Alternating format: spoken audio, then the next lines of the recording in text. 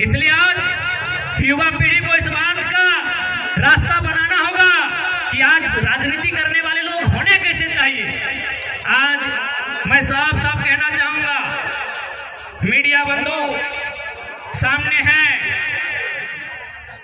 मैं आपको साफ कहना चाहूंगा, मीडिया सवाल करती है कि यदि बाकी लोग जीतेंगे तो विशेष क्या होगा, और अगर टाइगर जयराम महतो जीतता है तो विशेष क्या होगा। ऐसे देखिए, कोई भी जीत के आएगा, काम करेगा, थोड़ा कम करेगा, लेकिन काम हर कोई करेगा। हमने कभी नहीं कहा कि सांसद विधायक जो रहे काम नहीं किया, लेकिन उन्होंने जनता से ज्यादा अपना काम किया, पता कर लीजिए। अब सवाल है कि वो जीत के आएंगे तो क्या करेंगे। आज मैं पूरे होश हवास में आपको बताऊंगा, अगर बाकी लोग चुनाव जीत के आते हैं तो सबसे पहले किसी सड़क के किनारे 5 एकड़ 10 एकड़ जमीन खरीदेंगे। चंदन कैरी में खरीदा गया है, पता कर लीजिए।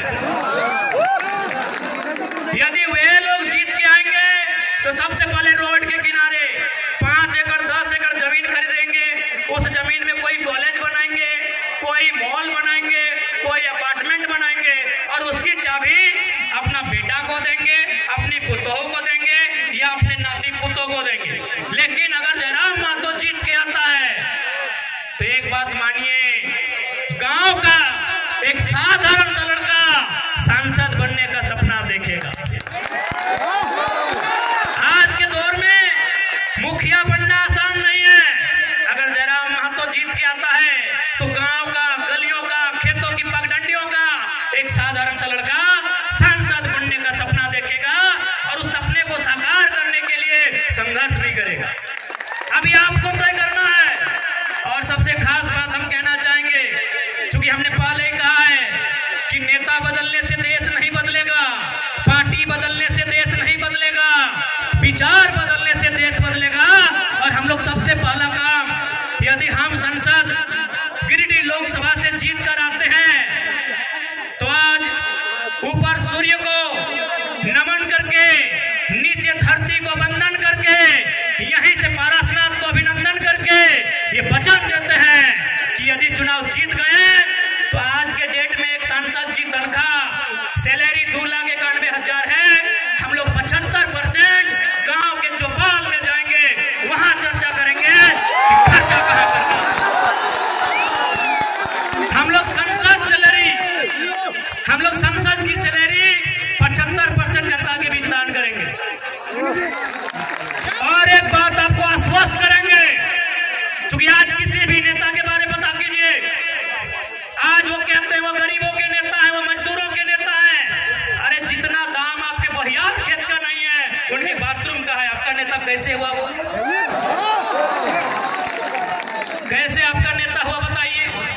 इसलिए हम इस बात की भी घोषणा करेंगे, यदि कभी भविष्य में मेरे नाम से, चूंकि मेरे नाम से अभी कुछ नहीं है, मेरे नाम से शायद आपके झारखंड का हम पहला लोकसभा प्रत्याशी होंगे। शायद हमारे पार्टी के 2-4 को लोग हो सकता है, हमारा गरीब पार्टी है, शायद हम पहला प्रत्याशी हैं जिसका खुद के नाम से एक साइकिल भी नहीं है। पता कर लीजिएगा हमारा नॉमिनेशन फॉर्म पे।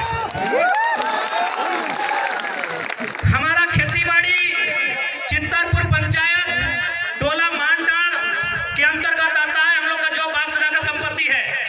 आज पूरे होश हवास में कहते हैं, अगर भविष्य में हम चुनाव जीतते हैं और मेरा अगर 1 इंच जमीन भी मेरे जिला से बाहर रहेगा, मां कसम वोट मत दीजिएगा अगला बार।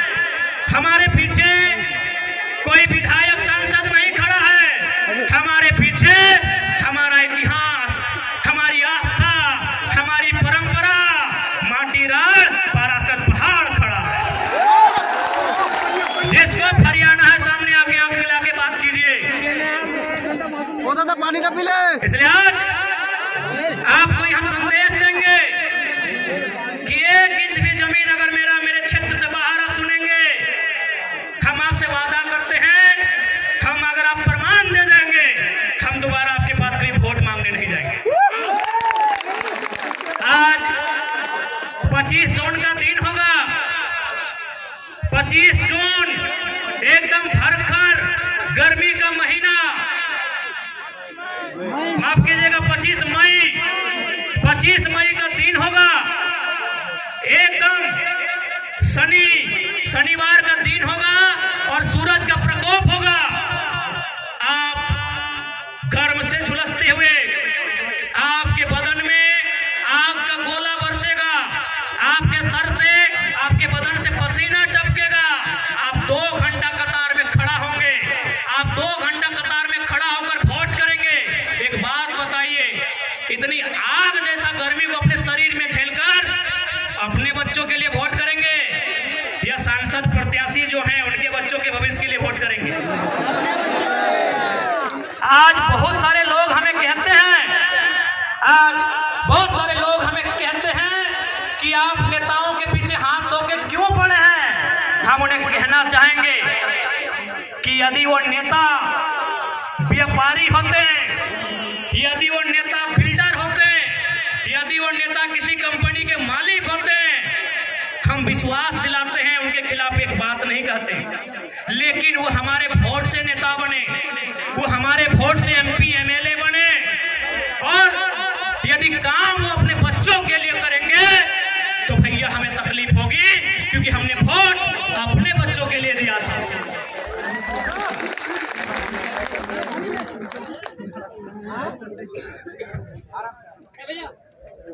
उसके बाद भी हम उनकी आलोचना नहीं करते, उसके बाद भी हम उनकी शिकायत नहीं करते। यदि नेताजी का बेटा चाहे चंद्रप्रकाश चौधरी जी रहे, मथुरा प्रसाद महतो जी रहे, अनूप सिंह अनुपमा सिंह जी रहे, ढोलू महतो जी रहे, हेमंत सोरेन जी रहे, या सुदेश महतो जी रहे, या बाबूलाल मरांडी जी रहे, या अर्जुन मुंडा जी रहे, यदि उनका बच्चा भी हमारे घर के भाइयों की तरह, हमारे घर के बच्चों की तरह टावर लाइन में चढ़ के काम करता ना, मां कसम शिकायत नहीं करते। यदि उनका बच्चा हैदराबाद खड़ने जाता ना, शिकायत नहीं करते। यदि उनका बच्चा सूरत में कपड़ा की फैक्ट्री में काम करता ना, हम शिकायत नहीं करते। लेकिन आप पता कर लीजिए, नाम लेने की आवश्यकता नहीं है, उनके बच्चों में क्या योग्यता है, नहीं है। कोई किसी कॉलेज का डायरेक्टर है, किसी का बेटा दिल्ली में बैठकर कंपनी चलाता है, और आपके बेटे शाम को ड्रीम एलिमेंट में 49 रुपया लगाते हैं। इसलिए आज नया भारत अभी नहीं कह सकते कैसा होगा, लेकिन नया झारखंड हम लोग देख रहे हैं। नया भारत का दृश्य कैसा होगा ये शायद हम और आप नहीं कह सकते, लेकिन नया झारखंड कैसा होगा ये दृश्य हम और आप देख रहे हैं। आज 45 डिग्री के तापमान में जो भीड़ इकट्ठा हुई है, ये बदलाव का संकेत दे रही है।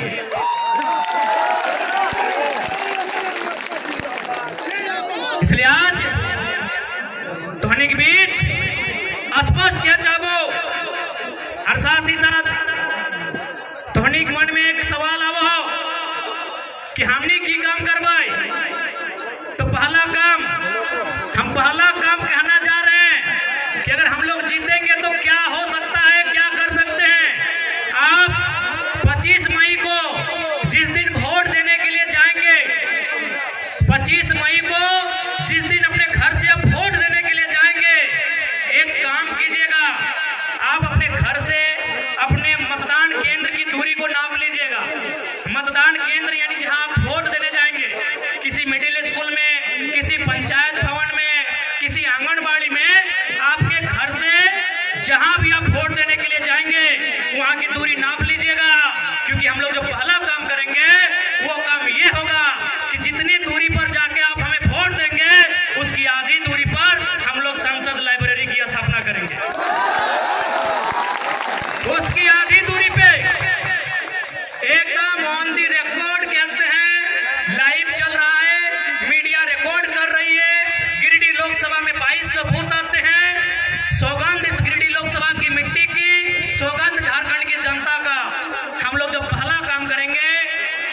संसद लाइब्रेरी की स्थापना करेंगे और वो लाइब्रेरी चास चंदन क्यारी में नहीं होगा। वो लाइब्रेरी जहां आपका गांव है, जितनी दूरी पर आपका वोट वाला बूथ होगा, उसकी आधी दूरी में वो लाइब्रेरी की स्थापना की जाएगी। ये हम लोग पहला काम करेंगे, क्योंकि मेरा मानना है कि शिक्षा असल। आपको जानकारी देना चाहेंगे कि हमारे झारखंड में 27% कोयला का खनन किया जाता है। शायद आप लोग जानते भी होंगे 27% कोयला अकेले झारखंड देता है। लेकिन आपको मालूम है हेडक्वार्टर कहाँ है? आपको मालूम है हेडक्वार्टर कहाँ है? कलकत्ता। कितना शर्म की बात, कितने दुर्भाग्य की बात कि कोयला हमारी जमीन पर और हेडक्वार्टर कलकत्ता। इसीलिए अगर गिरिडीह लोकसभा से जीतते हैं तो सदन में हमारा यह सवाल होगा कि आज के बाद से हेडक्वार्टर कलकत्ता नहीं, धनबाद या बोकारो होना चाहिए। अब यह सवाल बनता है कि धनबाद या बोकारो अगर कोल इंडिया का हेडक्वार्टर बनेगा तो फायदा क्या होगा? फायदा ये होगा कि आज जो समस्याओं को लेकर हम कोर्ट के चक्कर काट रहे हैं, आज जिन समस्याओं को लेकर हम दर बदर की ठोकर खा रहे हैं, उन समस्या का समाधान सामने होगा। आज जितने भी कोयला के कंपनियां हैं जो कोल के एरिया हैं, आप जाके पता कीजिए कि उनके मैनेजर कौन है। 99% मैनेजर कलकत्ता के लोग हैं। 99% मैनेजर कलकत्ता के लोग हैं। यदि हेडक्वार्टर धनबाद या बोकारो आएगा तो मैनेजर झारखंड के लोग बनेंगे।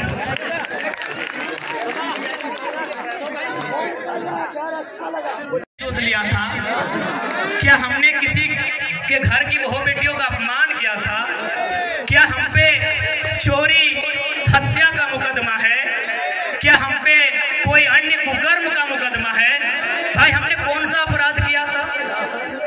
हम तो छात्रों की आवाज बनने रांची गए थे। छात्रों का मांग था कि नियोजन नीति बननी चाहिए। क्या झारखंड के लिए कानून बनाने की मांग करना अपराध है? क्या गुनाह है? क्या हम लोग अपराधी हैं? क्या गुनाह है हमारा भाई कि झारखंड पे बात करना, खतियान पे बात करना, पलायन पे बात करना, क्या हमारा यही गुनाह है? तो देखिए झारखंड वासियों, हमें डिटेन का भी तकलीफ नहीं है, हमें मौत का भी तकलीफ नहीं है। बस हमें इस बात की तकलीफ है कि झारखंडियों का गुनाह क्या है कि आज आपको एक छात्र को इतनी भारी पुलिस बल के साथ डिटेन करने आना पड़ा। आज बड़ा दुख की बात है। खैर एसपी साहब बड़े भाई के समान है, उनकी सम्मान में हम आज आने नहीं देंगे, लेकिन मन से जो एक आवाज आ रही है वो आवाज तो पूछेगी ना कि हमारा गुनाह क्या है, हमने क्या किया ऐसा, आज हमने क्या किया ऐसा, आज हमने ऐसा कौन सा अपराध किया? इतने ऊंचे ऊंचे पदाधिकारी, इतने बड़ी बड़ी तगमे उनके कंधों पर, इतने बड़े बड़े सितारे उनके कंधों पर,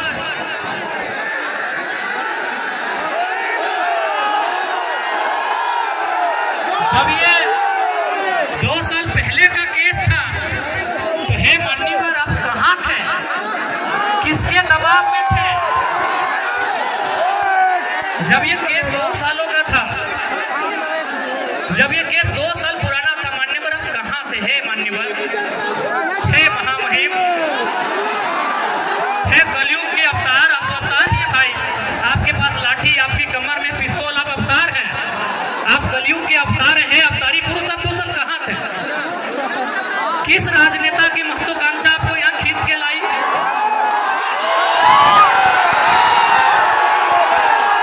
हे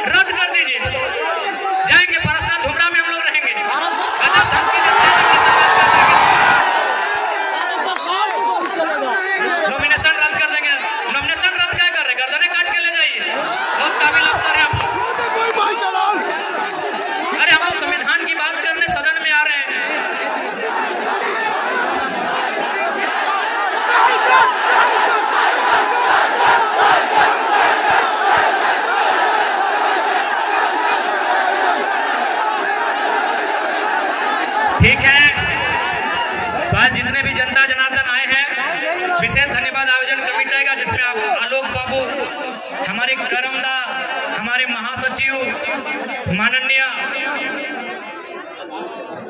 इस क्षेत्र के हमारे लोकेश बाबू और उनके साथ मदन सर का भी, जो भी इस क्षेत्र के अर्जुन दा, अमित जी, सभी का धन्यवाद देते हैं। विशेषकर आलोक दा, रोनित बाबू भी, विशाल जी बड़ा अच्छा काम किए। और मीडिया कर्मी जो भी आए, आपका बहुत बहुत धन्यवाद। तमाम मीडिया कर्मी आए हैं, आपका धन्यवाद। तमाम मीडिया कर्मी, प्रशासन आपका भी धन्यवाद, आपने कोऑपरेट किया। ड्यूटी का सवाल है, आप भी मजबूर रहते हैं। बाकी जितने जनता जनार्दन आए उनका धन्यवाद। सभी को जोहार करते हैं।